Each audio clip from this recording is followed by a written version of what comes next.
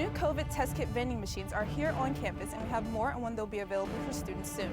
The latest constructions for the South Quad reveal a new school of business, what that will look like in 2 years. Quinnipiac's a cappella group, The Legends, are set to perform at the International Championship of Collegiate Acapellas this weekend. And of course, we have all the latest in national news and sports here at Quinnipiac. You don't want to miss it all here and more coming up on the Q30 Newscast.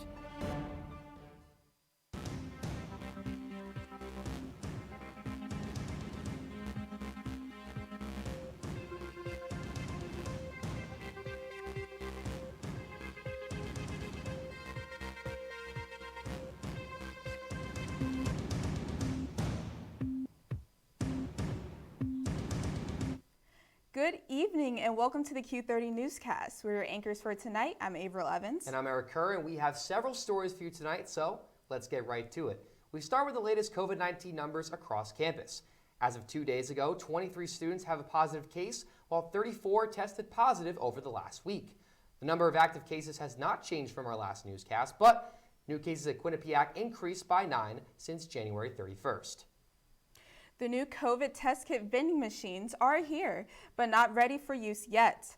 The vending machines can be found in the waiting area outside the Student Health Services. Students can get up to 3 test kits for free using their Q card. President Judy Olean first mentioned these vending machines during her Welcome Back event 2 weeks ago. Read more about these vending machines on our website at q30tv.com. Quinnipiac has more construction projects on its radar with the scheduled opening of the South Quad, featuring 2 academic buildings and a residence hall. Q30's Olivia Barrios Johnson spoke with the Dean of Business, Holly Rader, getting her thoughts on the university's plans for a new School of Business.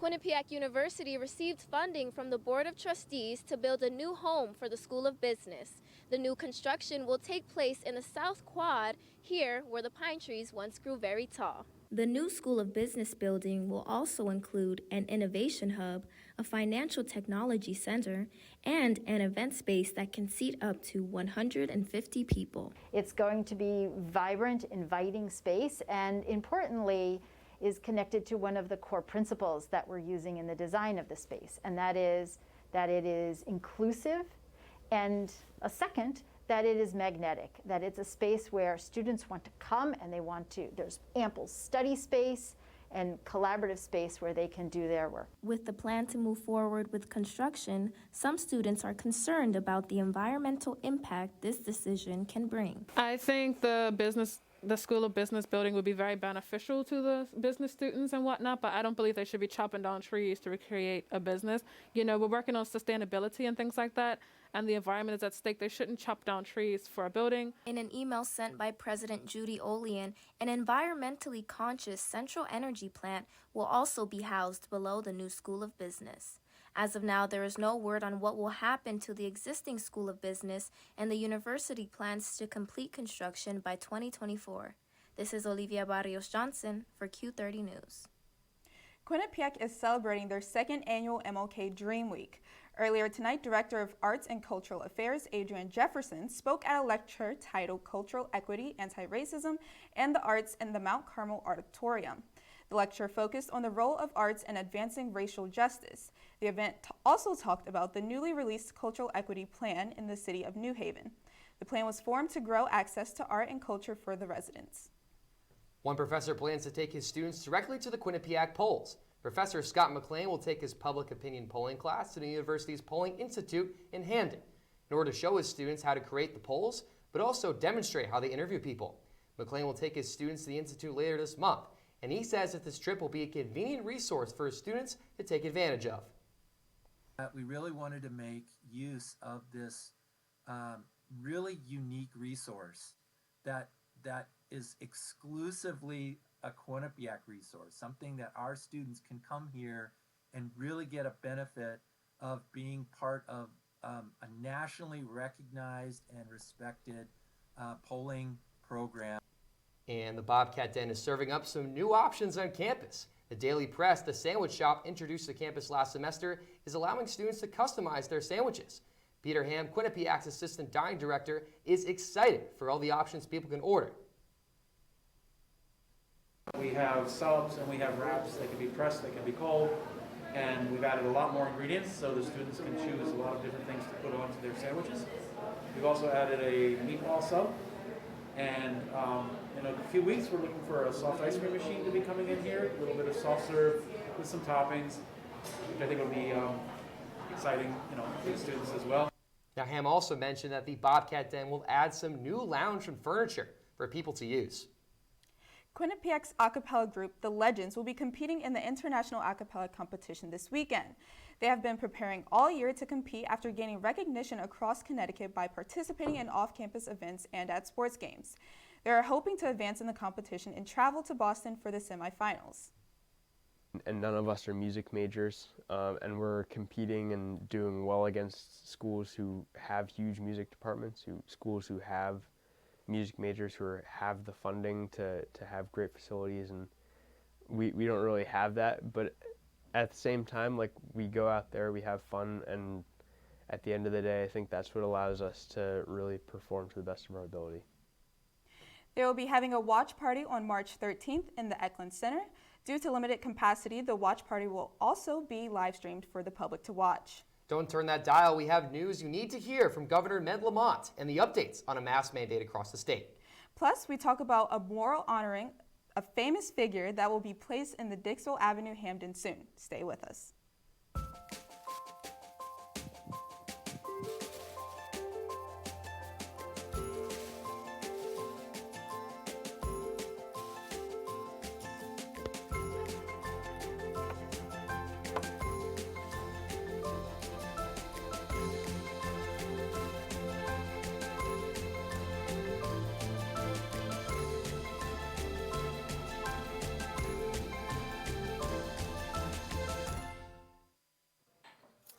What do you think you're doing, Kevin? Was just gonna drive home. There are several warning signs present that you shouldn't be driving. Like hearing voices? Like your text-to-emoji ratio? Oh man, the selfies. Selfies, nailed it. We all have warning signs that let us know that we're probably not okay to drive. Mine is pretending to be your subconscious. Craig, come on man, let's split a ride home.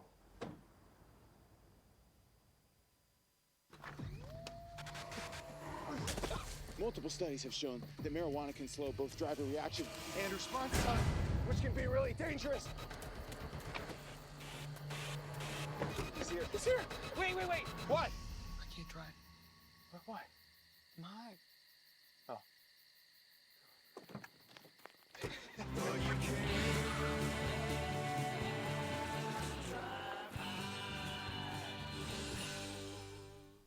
We welcome you back with some local news outside of Quinnipiac, and Hamden plans to etch its involvement in Black History Month by painting a Martin Luther King Jr. mural. Rise Up for Art CT, a nonprofit art organization in Hartford, will create one of its 39 murals for King Jr. at the Miller Memorial Library on Dixwell Avenue. Each mural will represent the 39 years of King's lifetime, while also highlighting his messages as an activist for Black rights.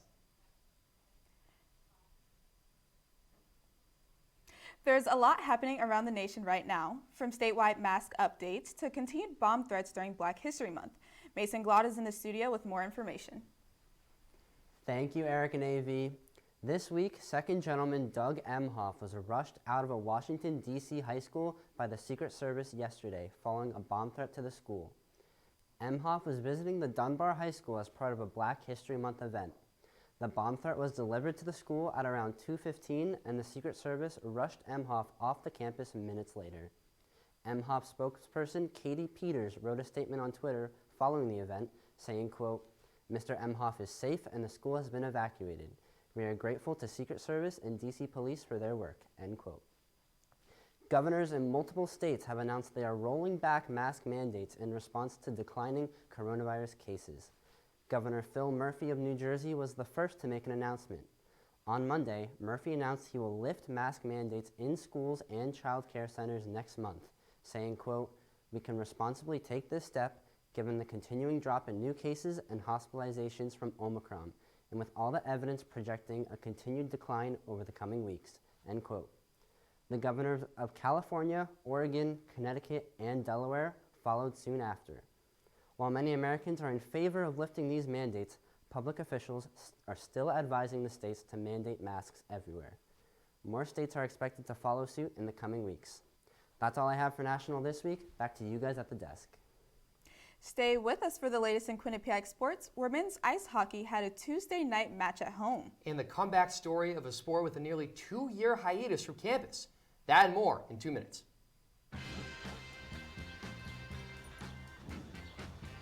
When we adopt a shelter pet, we discover they're a unique mix of all kinds of things. Come on, Jules, spot on this last one. There it is.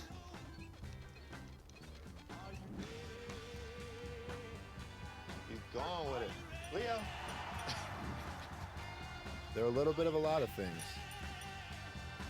but they're all pure love.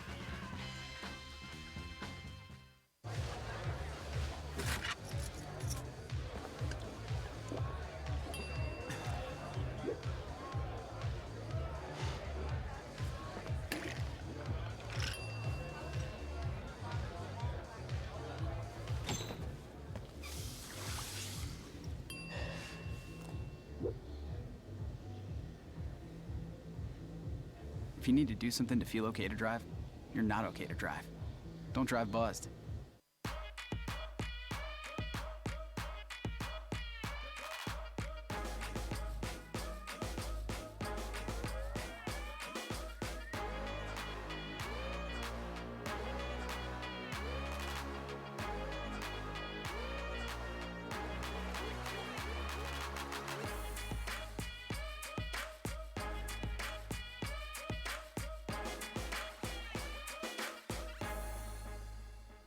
Welcome back to the Q30 Newscast. Now, the Quinnipiac Sports World features some action from the number 2 ranked men's ice hockey team last night, men's basketball tonight, and women's basketball forward Michaela Morris earned MAC Player of the Week honors for her dominance on the court.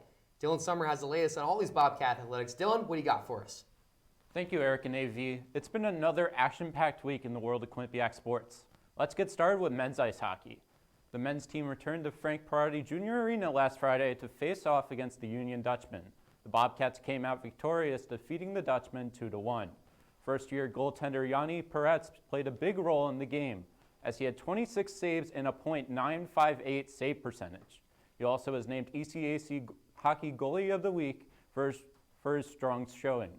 With the win, Quinnipiac stayed in the number 2 slot of the USCHO. The Bobcats plan to continue their momentum as they travel to Canton, New York to play the St. Lawrence Saints on Friday. Next, let's switch over to the court, where women's basketball took on the Canisius Golden Griffins. Quinnipiac dominated on the offensive end throughout the contest and went on to win 76-55.